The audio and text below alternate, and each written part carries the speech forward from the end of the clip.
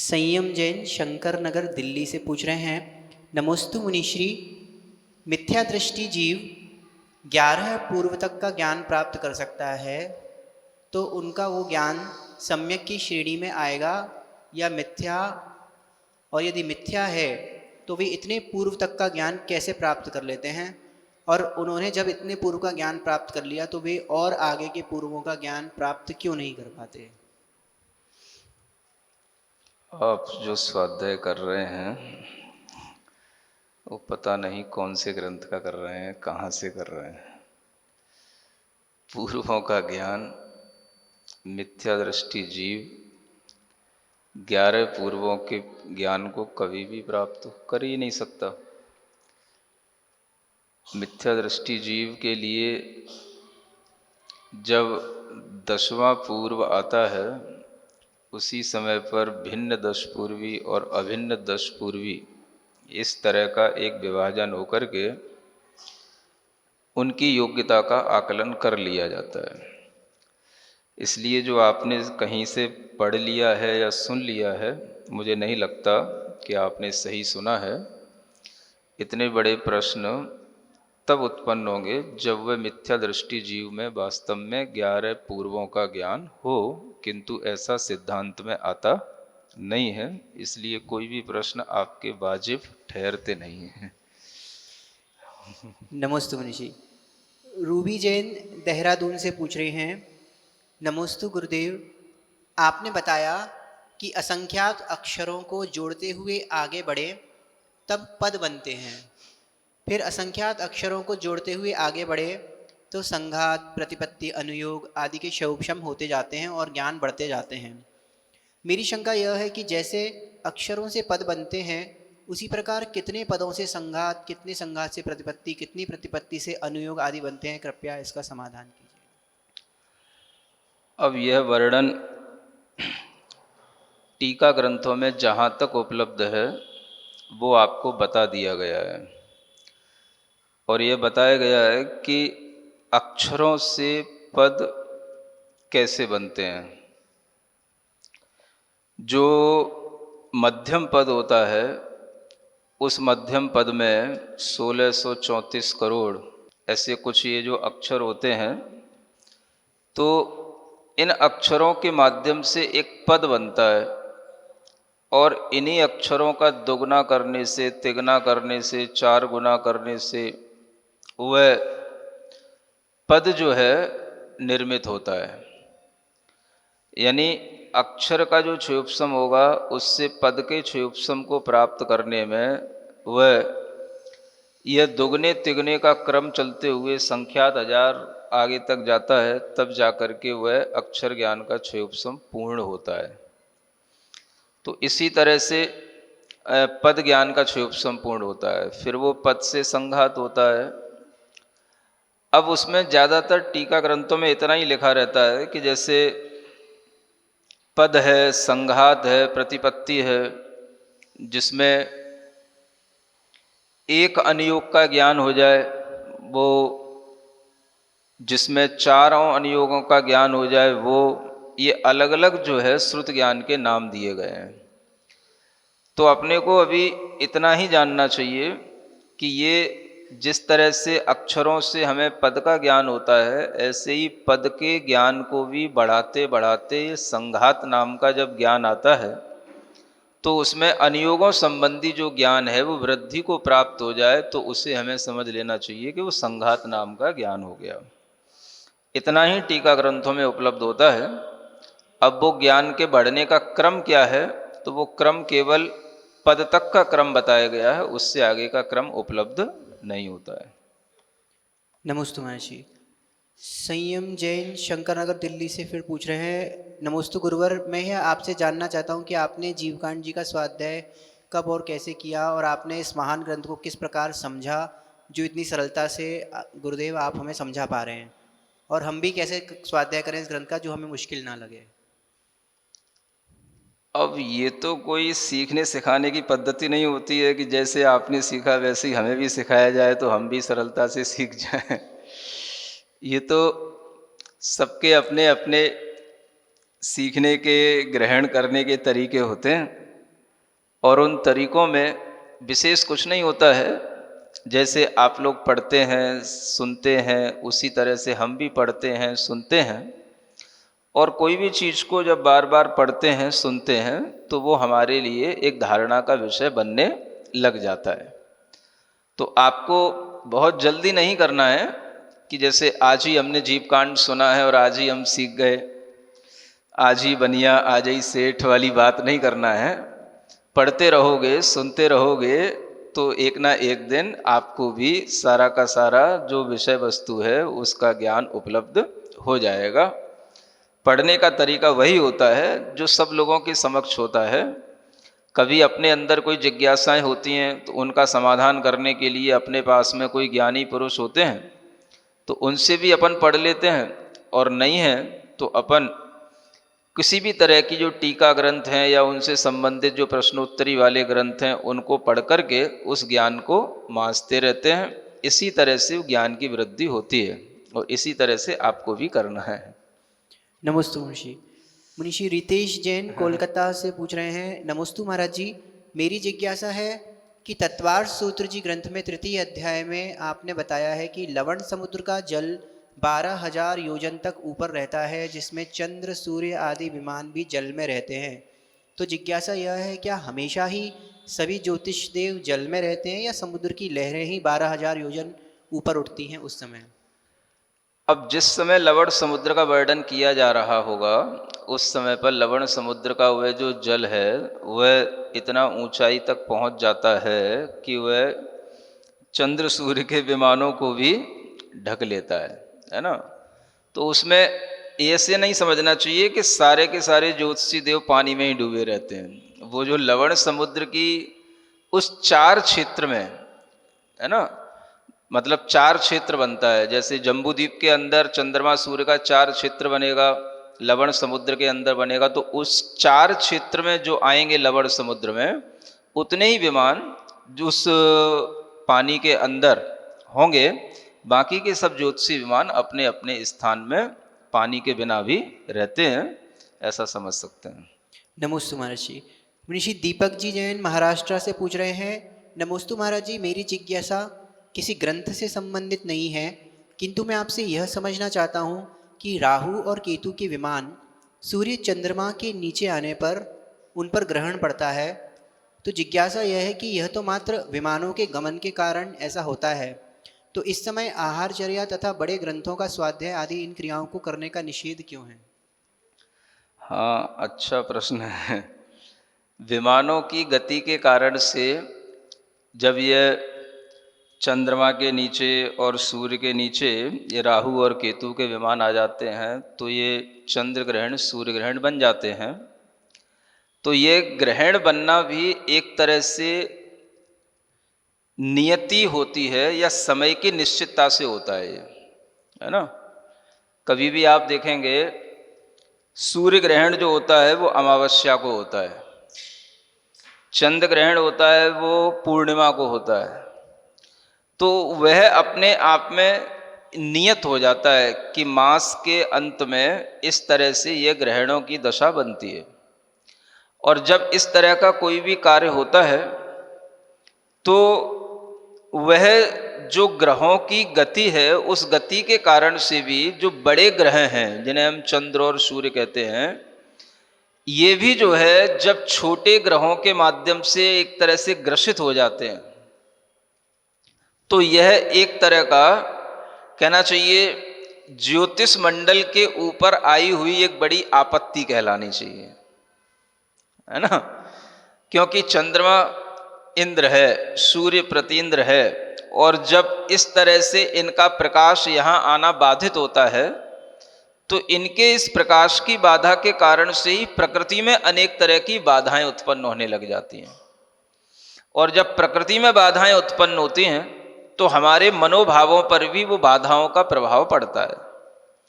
तो उस समय पर जब हम सिद्धांत ग्रंथ पढ़ रहे होंगे, सूर्य ग्रहण होगा, चंद्र ग्रहण होगा, तो नियम से हमारे लिए हमारे मन के ऊपर भी उसका प्रभाव पड़ेगा।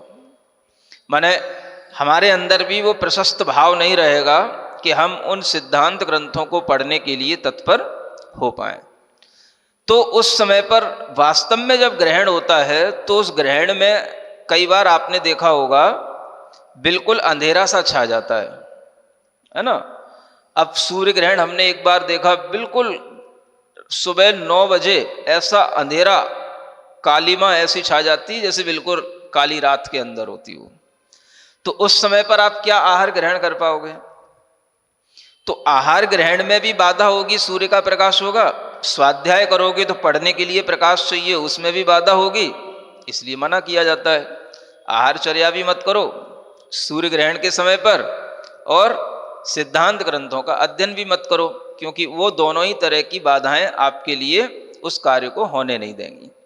तो इसलिए ये बात अपने आप में लॉजिकली भी सिद्ध हो जाती है कि अगर हम उस सूर्य के प्रकाश के अभाव में चर्या करेंगे तो हमारे लिए कई बार अंतराय करना पड़ जाता है।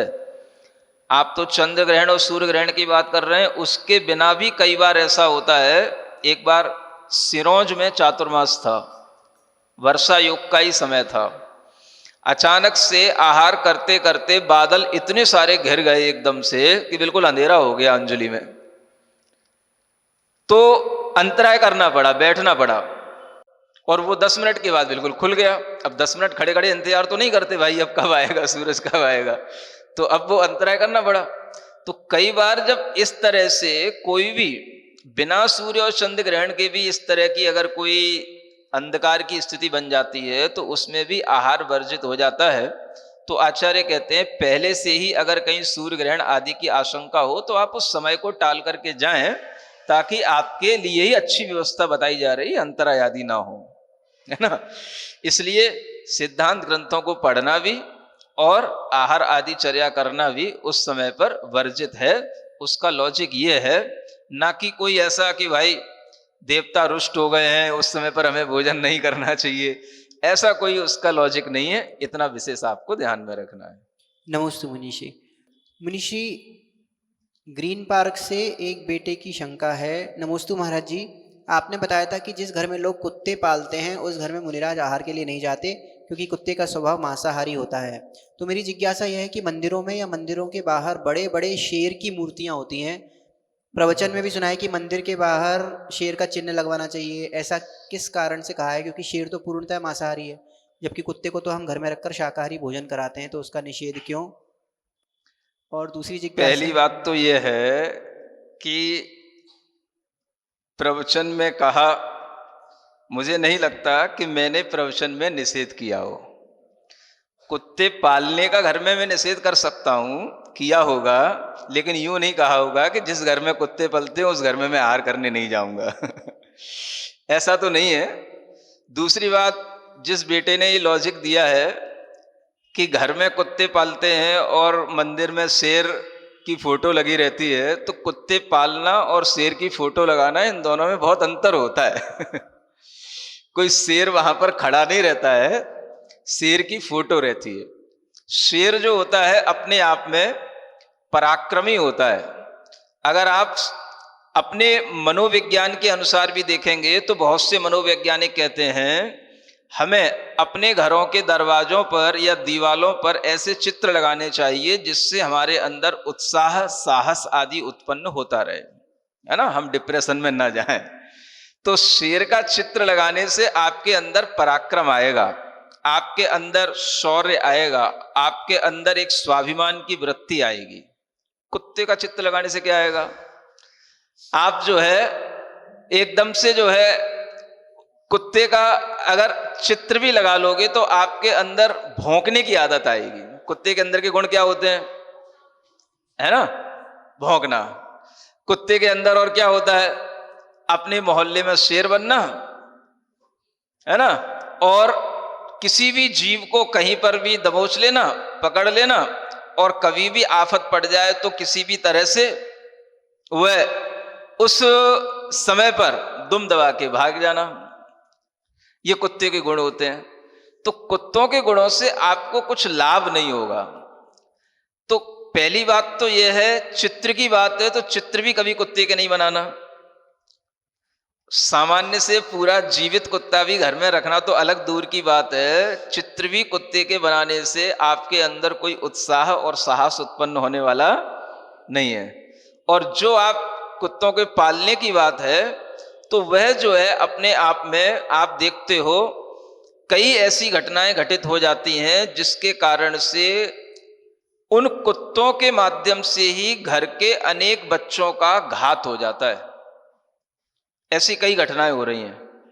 तो जो ऐसे जानवर होते हैं, इनको पालने से ये कब तक आपके पालने में रहेंगे और कब तक आपकी बात मानेंगे और कब ये बिगड़ जाएंगे और कब ये क्या कर देंगे, इस तरह की रिस्क लेना इन लोगों के साथ अच्छा नहीं होता। इसलिए जो जहां पर पलने लायक होते हैं उन्हें वहीं पर पलने देना चाहिए। आपको घर में गाय पालना चाहिए, आपको घर में, है ना, भैंस आदि का पशुओं का पालन करना चाहिए जो हमारे लिए कुछ काम में आते हैं, खेती में, व्यापार में, है ना। केवल ब्रेड खिलाते रहोगे, बिस्कुट खिलाते रहोगे, काम में तो कुछ आने नहीं है। तो ऐसे पशुओं को पालने का कोई औचित्य सिद्ध नहीं होता है, इसलिए मना किया गया है। नमोस्तु मुनिषि। मुनिषि नीरा जैन अंबाला छावनी से पूछ रही हैं, नमोस्तु गुरुवर, जिज्ञासा यह है कि अनंत के भेदों में परितानंत व युक्तानंत से क्या अभिप्राय है? स्पष्ट नहीं हुआ, कृपया समझा दें। स्पष्ट तो तब तक नहीं होगा जब तक आप ढंग से उन भेदों को पढ़ेंगे नहीं। जब भी असंख्यात है, अनंत है, इनके तीन तीन भेद बनाए गए हैं, है ना। और उन भेदों में पहला भेद परितानंत, अनंत का पहला भेद परितानंत, दूसरा युक्तानंत और तीसरा अनंतानंत। तो ये तीन भेदों का मतलब आपको संक्षेप से इतना ही समझना है कि अनंत भी तीन प्रकार का होता है, एक प्रकार का नहीं है। और इसमें भी जघन्य मध्यम उत्कृष्ट होते हैं, है ना। तो ये अनंत के कई भेद बनते हैं और इन भेदों के माध्यम से संख्या का जो निर्धारण होता है वो अनंत संख्या अलग अलग तरह की होती है। तो वह अनंत संख्या एक तरह की ना होकर के अलग अलग तरह की है, इस प्रकार का विभाजन बताने के लिए ये परितानंत युक्तानंत आते हैं। तो आपको अभी केवल इतना ही समझना है कि परितानंत छोटा होता है अनंत में भी, उससे बड़ा युक्तानंत होता है और उससे भी बड़ा अनंतानंत होता है। ये आपके दिमाग में रहेगा तो इससे आपको अनंत की फिगर आपके दिमाग में रहेगी और उससे आप एक कंपैरिजन करके समझ पाएंगे कौन छोटा है कौन बड़ा है। जब कभी कोई राशि बताई जाए तो उससे आप समझ सकते हो कि ये राशि कौन से अनंत में इंक्लूड हो रही है ना। तो वो आप देख लेना। जैसे अभव्य जीवों की राशि है तो वो युक्तानंत प्रमाण कही जाती है। सामान्य से सब जीवों की राशि है तो वो अनंतानंत प्रमाण होती है। तो इस तरह से आप समझ सकते हैं कौन सी राशि छोटी है कौन सी राशि बड़ी है, इस अंतर से आपको ज्ञात हो जाएगा। नमोस्तु मुनिषि। मुनिषि मनोरमा जी जैन जयपुर से पूछ रही हैं, नमोस्तु महाराज जी, संख्यात हजार से तात्पर्य कितनी संख्या से है? असंख्यात में संख्यात का भाग दिया जा सकता है क्या? यदि हाँ तो उसका लब्ध क्या होगा? संख्यात हजार से तात्पर्य कितने भी संख्यात हजारों से हो सकता है ना। जैसे 1000 में 10 का गुणा कर दो 10,000 हो गया, 10 में 10,000 में फिर गुणा कर दो 10 का 1,00,000 हो गया, फिर उसमें 84 का गुणा कर दो 84 लाख हो गया। समझ आ रहा है? फिर उसमें 84 लाख में फिर 84 लाख का गुणा कर दो, एक पूर्वांग आ गया।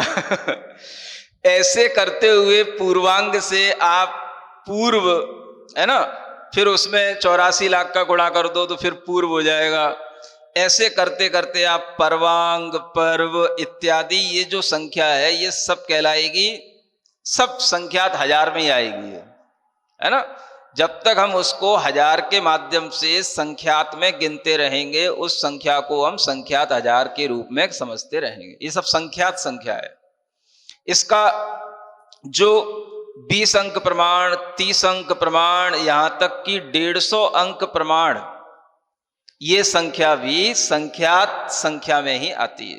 तो ये तो इस पहले आपको ध्यान में रखना है, जब तक पल्ल की राशि शुरू ना हो जाए उससे पहले वह संख्यात है, चाहे वो उत्कृष्ट संख्यात हो चाहे कुछ हो।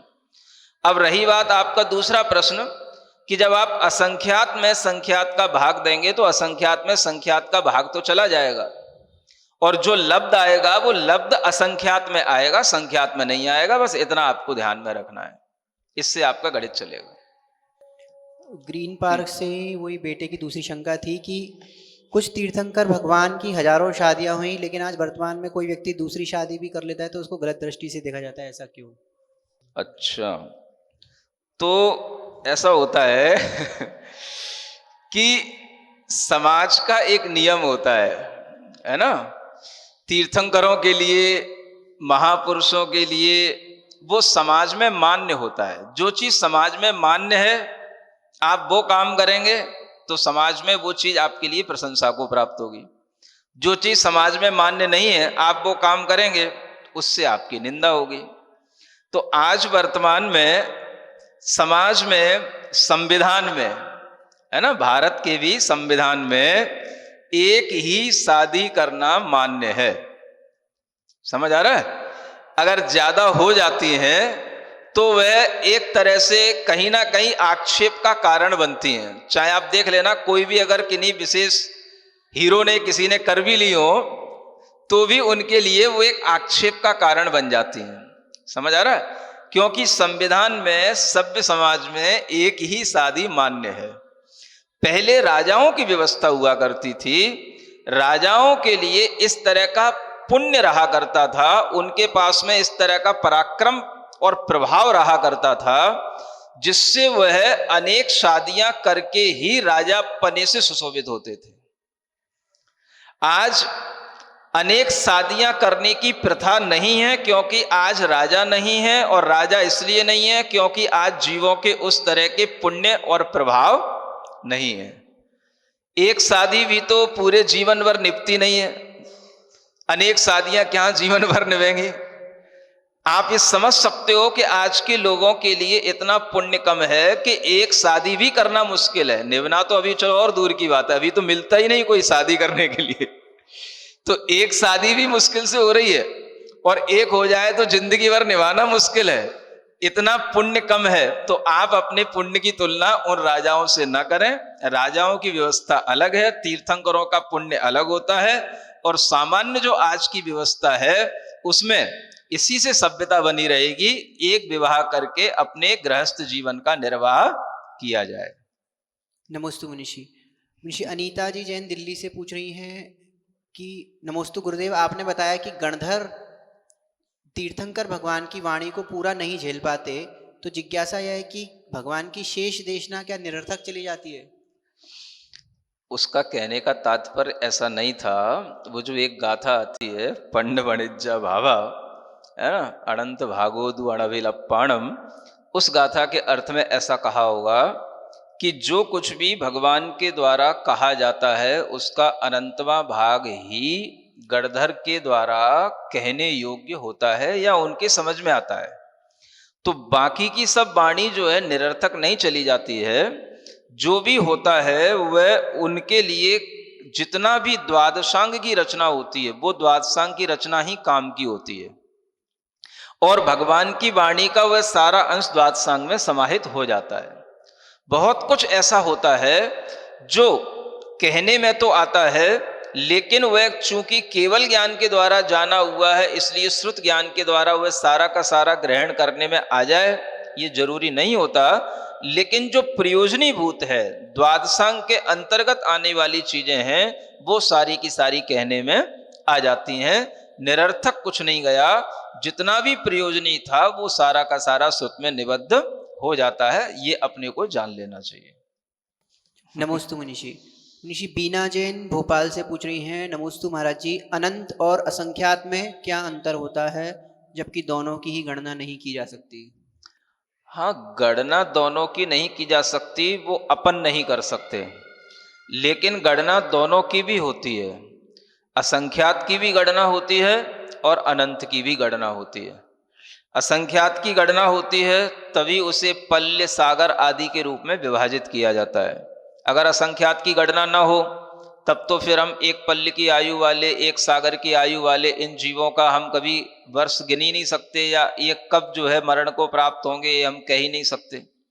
तो गणना तो होती है, अंत होता है, किंतु अनंत जो चीज होती है उसका अपने आप में अंत ऐसा नहीं दिखाई देता जैसा हमें असंख्यात का अंत दिखाई देता है।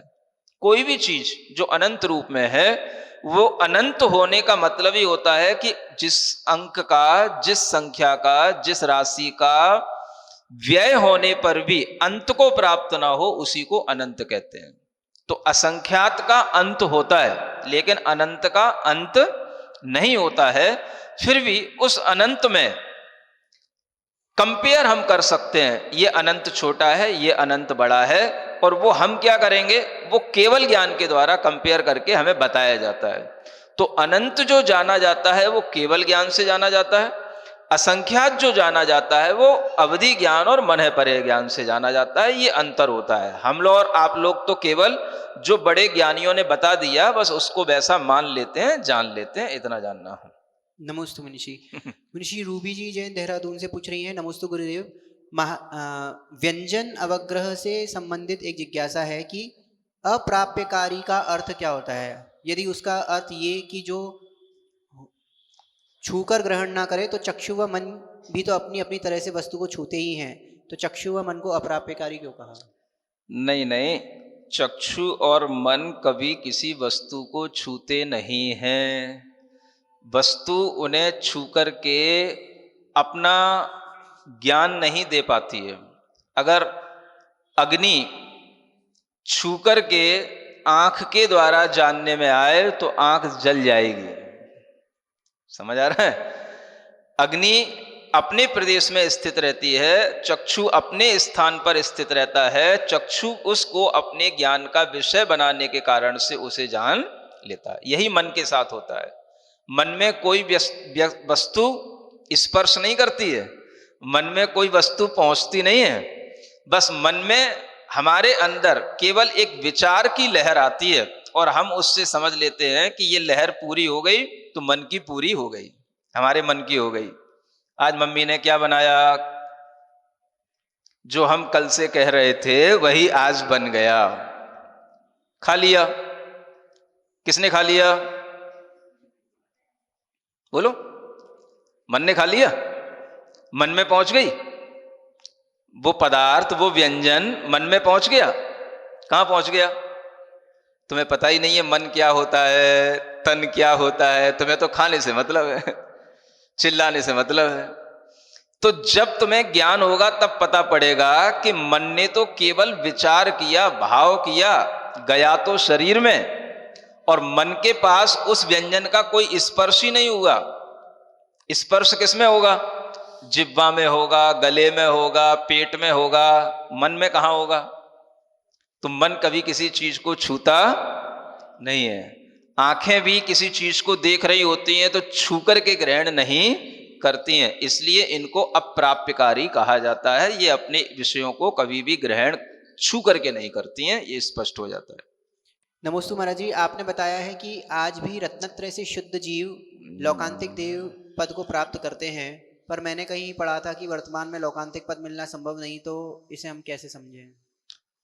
अब मुझे भी सुनते हो, दुनिया की भी सुनते हो, फिर बीच में विरोधाभास आता है, फिर मुझी से पूछते हो। अगर मुझे सुनते हो तो फिर मेरी बात मान लो। नहीं समझ आ रहा है?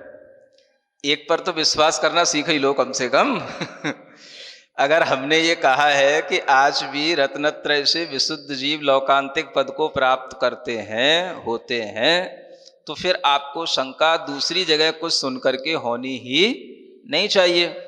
और अगर कहीं शंका उत्पन्न हो तो आपको ये देखना है कि वह बात किसी शास्त्र की कही गई है या किसी व्यक्ति की कही गई है। व्यक्ति अपने अभिप्राय से कुछ भी कह सकता है, लेकिन अगर शास्त्र में कहीं मना हो तो फिर आपको हमसे पूछना चाहिए कि महाराज इस शास्त्र में तो ये मना लिखा था, आपने कहा है कि लोकांतिक देव भी रत्नत्रय से विशुद्धि से प्राप्त हो सकते हैं, तो आपने शास्त्र को तो कोई रेफरेंस दिया नहीं। हमने कहीं सुना है, अब पता नहीं आप कहाँ सुनते रहते हो, आपके मोबाइल में क्या क्या भरा रहता है, कौन सी चीज़ें आपके सुनने में आ जाती हैं, तो उन सबका तो हमने कोई जिम्मेदारी ले नहीं रखी है।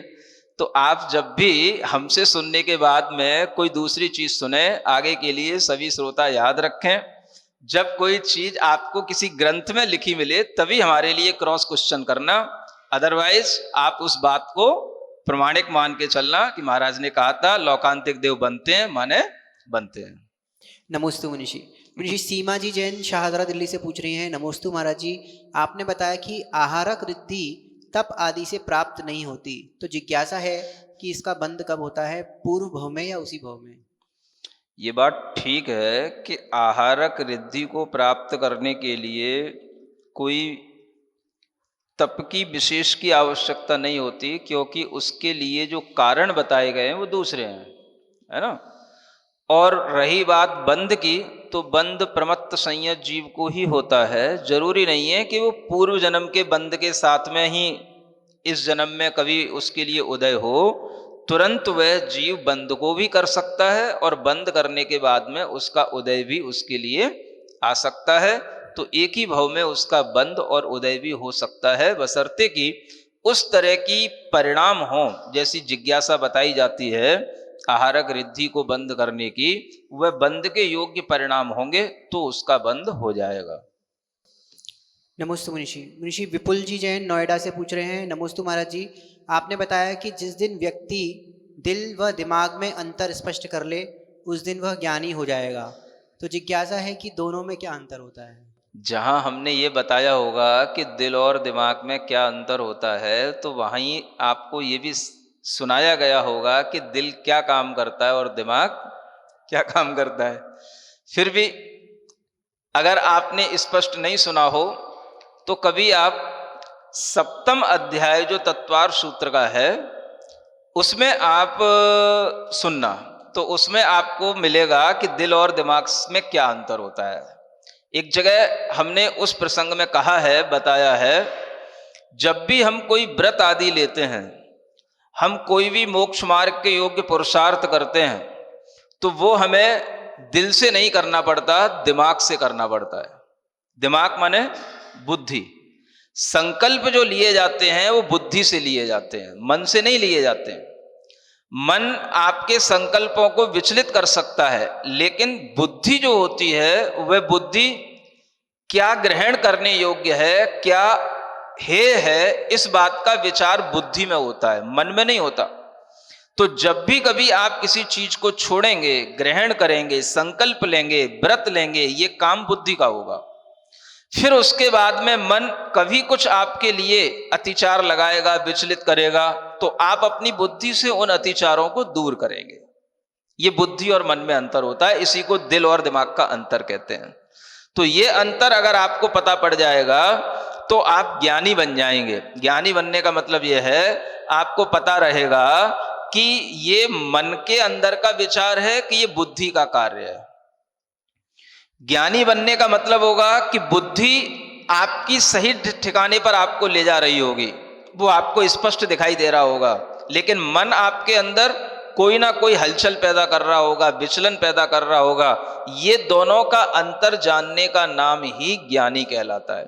भीतरी ज्ञानी, किताबों का ज्ञानी नहीं, अपना भेद विज्ञानी, जो बुद्धि और मन के अंतर को जानता है। तो उसको इसी तरह से हमने परिभाषित किया है और यही आपको समझना चाहिए।